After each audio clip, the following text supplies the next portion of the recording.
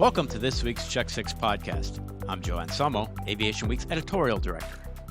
The U.S. regional jet market is huge and has long played a critical role in bringing air service to smaller cities. In the 1990s, the sector was revolutionized by the introduction of regional jets, which replaced noisy turboprops on a large scale. But now those jets are getting old, and labor agreements with pilots are preventing airlines from procuring new equipment. That has opened the door a crack to new entrants like Mave Aerospace and even raised the possibility of a turboprop renaissance. Here to break this all down are three of my Aviation Week colleagues. Christine Boyton is a senior editor for air transport. She's in Boston. Jens Flotow is our executive editor for commercial aviation. He's in Frankfurt, Germany. And the numbers guy, Dan Williams, Aviation Week's director of fleet services and one of our chief forecasters. He is based in the UK. Christine, let's start out with the basics. I talked about the labor agreements. They're called scope clauses. Why are these scope clauses preventing regional airlines from buying the most modern airplanes there are? Sure. Thanks, Joe. So scope clauses are part of pilot union agreements, and they essentially limit the number, size, and capacity of aircraft that regional airline affiliates can operate. And those essentially were put into place to protect mainline pilot jobs from being outsourced to their smaller carriers for less pay. And Christine, you also wrote about Mave Aerospace, this Dutch company startup that has a really unique offering. Tell us a little about that. Sure. Yeah. So a lot of the regional carriers at the recent RAA Leaders Conference in DC the other week were talking about their future fleet strategies. So there's really only one scope clause compliant regional jet left in production. So they're thinking about their future as regional fleets are getting older, sort of what's next for us. And so SkyWest, which is the largest operator of the Embraer 175, they're thinking ahead. And so they've announced this equity investment in Mave, which is a Dutch startup. And they have basically invested in this company, secured launch rights for this future airframe. And an important thing for SkyWest is to be involved in the development of this future aircraft. So that was a big attractive element for them in becoming an equity investor in Mave. Jens Flotow, where do you fall on all this? Well, there are several different angles here to pursue. As Christine says, there's only one scope-compliant aircraft, which is the 175. Embraer has developed the 175E2, which is not scope compliant. It's the same, roughly the same seat capacity as the 175E1, but it's too heavy, so it can't really be used. I want to talk about Embraer for a little bit because Embraer does have good new generation regional jets, the 175E2, 195E2.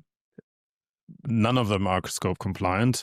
But Embraer has had some significant success with the aircraft this year, particularly 195. They've scored big sales abroad and with SAS, Scandinavian Airlines, with LATAM and down in Latin America. And with, interestingly, in Aello being a US airline that doesn't have the restrictions of scope clauses, which because it doesn't have a regional unit and a mainline unit, it's just one unit. And the question that raises is whether or not Aello is really the only carrier in the US that can go down the E2 route, and whether others are looking at it. I've talked to Embraer about it, whether there's a chance of scope clauses going away or being weakened or being more liberal, and frankly, the answer was no way. They don't. If there's one thing they've learned is that scope will stay. Scope will stay, which means there's no way they can get the E2, the 175 E2 into U.S. regional fleets. Now the question is, can the 195 E2, the much larger aircraft, 130 seats, for instance, in a typical layout, can that go into mainline fleets? And the jury's still out there, I would say. You could argue that some carriers like Delta have started to introduce the A220 in its mainline fleet, which is kind of a similar size. On the other hand, the big carriers have still tended to go for larger aircraft rather than smaller ones, just to cut down unit costs. With the side effect of many of the smaller markets routes disappearing. So from an Embraer's perspective, the Aello deal was significant, was great, was good news. But is it the start of a trend? Not so sure yet. Just to go back in history a little bit, Embraer went forward with its next generation E-jets, and they were betting that these scope clauses would go away in the world's largest regional jet market, the U.S., and that didn't happen, right? That didn't happen. They even built a prototype, which is now stored at one of the sites in Brazil, and they've shelved the program. So until there's change in scope clauses, that aircraft will not be certified. So the Embraer 175s that a lot of our audience fly on, those are the original older model 175s that are still scope clause compliant, correct? They are. And to give you some perspective, the U.S. regional jet fleet is roughly, in service, roughly 1,500 aircraft. Around half of that is Embraer 175s. Now, that part of the fleet is relatively young, at least the bulk of it. But the other half, which is older CRJ 100, 200s, ERJ 145s, CRJ 700s, those are the ones that need to be replaced first. And as Christine said, there isn't really a good option here. I want to, apart from the 175, of course, maybe one comment on Mave. One aspect that needs to be kept in mind here is that Mave is backed by MHI, Mitsubishi Heavy Industries, which is the company that owns the CRJ program as well. So as the CRJs retire, Mave is potentially one option for MHI to stay in regional aviation with its own program. At this point, they are in an advisory role. They're not an equity investor yet, I should say. The program is also backed by Pratt. And Mave has clearly stated that they're a small startup. They can go through the preliminary design phase, but once the industrial launch happens, they need new investment. So there's a big decision coming up for people like MHI to decide whether they want to go ahead with it and launch this new generation regional aircraft, which is about 76 seats and scope compliant. And yeah, it's really right now the only aircraft I see on the horizon that could go into that niche of the market. Christine, Jens talked about Aello ordering the U.S. carrier that ordered the Embraer 195 E-jets. They had a big press conference at the National Press Club. They made a really big deal out of this. But there's some people out there that are a little bit skeptical. I mean, Aello has had some challenges, hasn't it? Well, right before they announced this order, they announced some new funding as well. So they have new funding behind them. They're awaiting this new fleet, and they think this is going to be a really nice addition to what they fly right now. They fly 737 NGs. It sounds like they're planning to retire the 700s, but they see the E2s as very complementary to their 800 fleet. And they're not going to start taking delivery of these until the first half of 2027. But they're very enthusiastic about this new aircraft type. They're going to operate them in, I think, a layout of around 140 seats in a 2x2 single class cabin. Dan Williams, thanks for your patience. You are just getting ready to release your team's 2026 commercial aviation and MRO forecast. What does it say about regionals? Oh, well, thank you very much. And some great points made, all the above. And I'm going to go backwards to look forwards because that's what I do. And I'm the numbers guy. So, hey, I'll give you some numbers. So let's look at the jets. 2017 was the highest in-service fleet of the regional jet fleet, which is a touch under 3,700 aircraft. So when you go back to when Jens was talking about where 1,500 of them operate in and around the US, there is the market. 50% of the market is the US carrier feeder network. That's how important it is. And that scope clause is all key. And again, people were betting the house on potentially the scope clause changing. It didn't. So the 175 E2 gets parked up. Mitsubishi, their first entrant into this scope clause world was the MRJ 70 that had a multitude of names after that, but they walked into it. Personally, I thought it was a really interesting program, next gen powered aircraft that was scope clause compliant from the start. They've walked away from that. The only small correction, if I may, to Jens and Christine, is there is another scope clause compliant regional aircraft, and it's the ATR.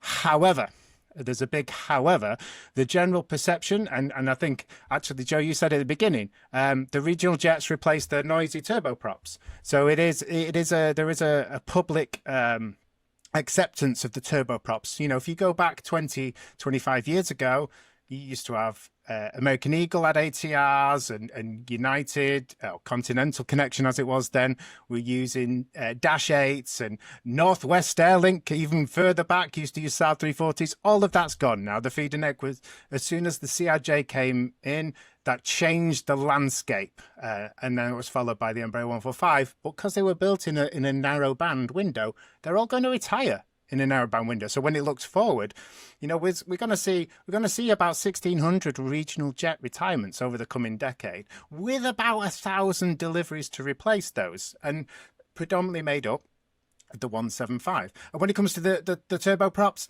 again, historically, their highest in-service fleet was way back to 2007. So it's been a long time since they've been at the peak, which was about 4,500, and they sit at about 3,500 today. And actually, over the coming decade, with predominantly the only entrant into the market is ATR, plus Cessna with the 408 and de Havilland Aircraft of Canada with the Twin Otter, that number's going to dwindle because there's going to be so few deliveries. It's going to be about 400 or so deliveries over the coming decade. So that turboprop's going to diminish. The regional jet will stay similar. We're almost going to get a one-for-one replacement, kind of, in that market. But you're also seeing upgauging. Jens talked about Delta moving some of their operations to mainline fleet with the A220s. We may see other operators do that. I doubt it, because American like their feeder networks. And as long as that's going to carry on, they're going to have to buy 175s. The Mave jet, it's an interesting concept. Having MHIRJ on board is quite useful, but it has been over 5 years since the last CRJ rolled off the production line. So, you know, they'll get a little bit rusty building aircraft up there in Canada as well with that line. So there's some really interesting things that could happen.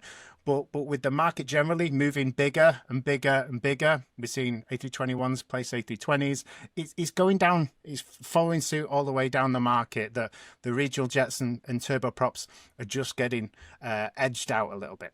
So Jens, I think Dan just politely shot down what I said at the beginning about a potential turboprop revival. What say you about this? You followed Embraers when they were looking at launching a turboprop and ultimately pulled back. Yeah, they thought they had identified a kind of a window of opportunity to, you know, come first to the market around 2030, which would have given them, like, you know, 5 to 8 years or something, or maybe 10 years before, you know, your next generation concepts would arrive.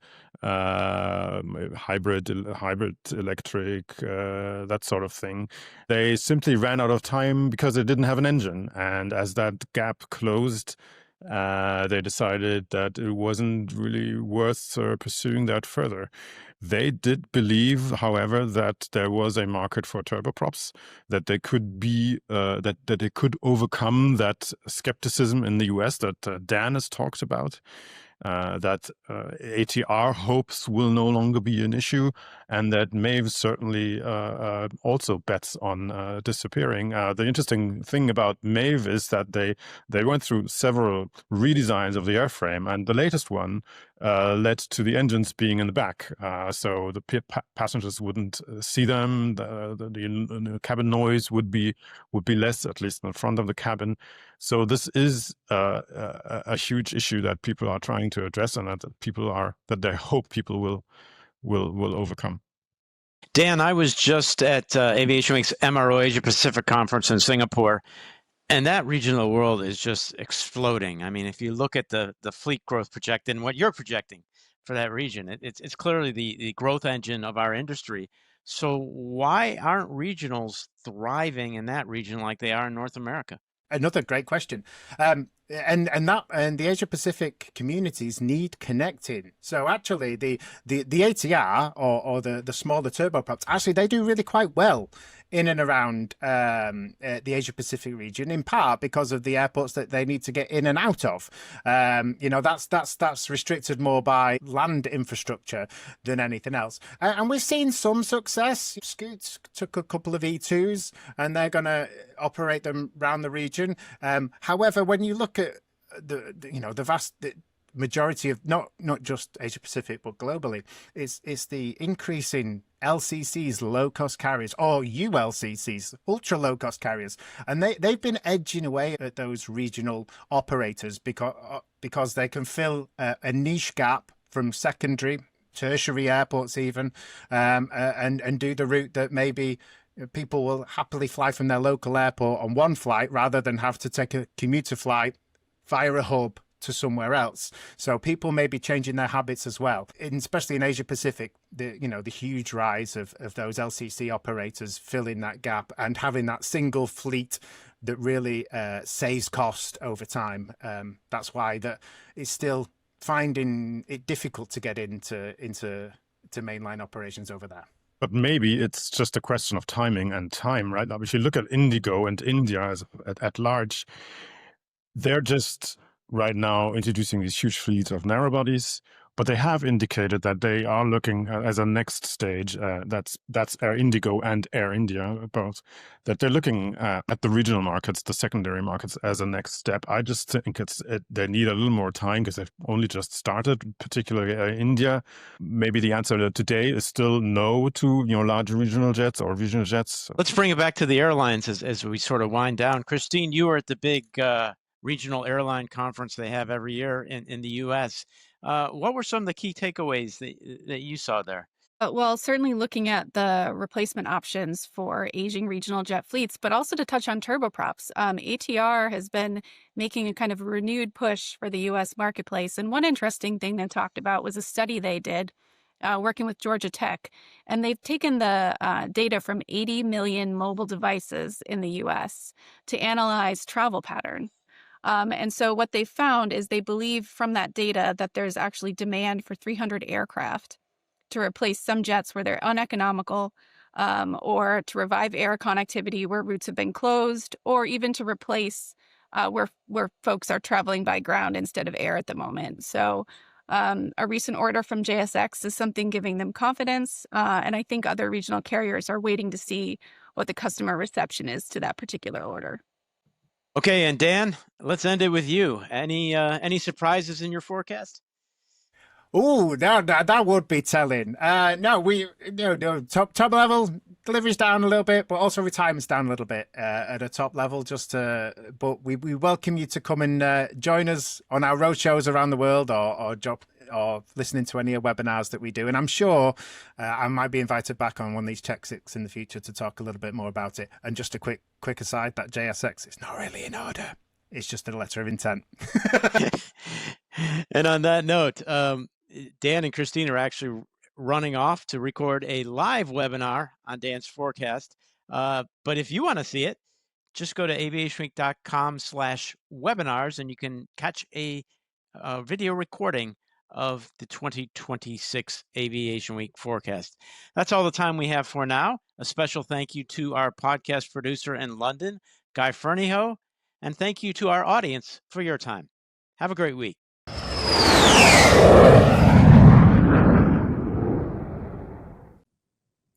Nominations for Aviation Week's 2026 Laureate Awards are now open. Last year's winners include Airbus, Anduril, SpaceX, GE Aerospace's Larry Culp, and Cessna Aircraft's Russ Meyer Jr. Nominate your organization's big achievement or achiever today. Go to laureatesaviationweek.com. The deadline is October 16th. Our simplified nomination form makes it quick and easy. Aviation Week editors will announce the 2026 winners in November. Thank you.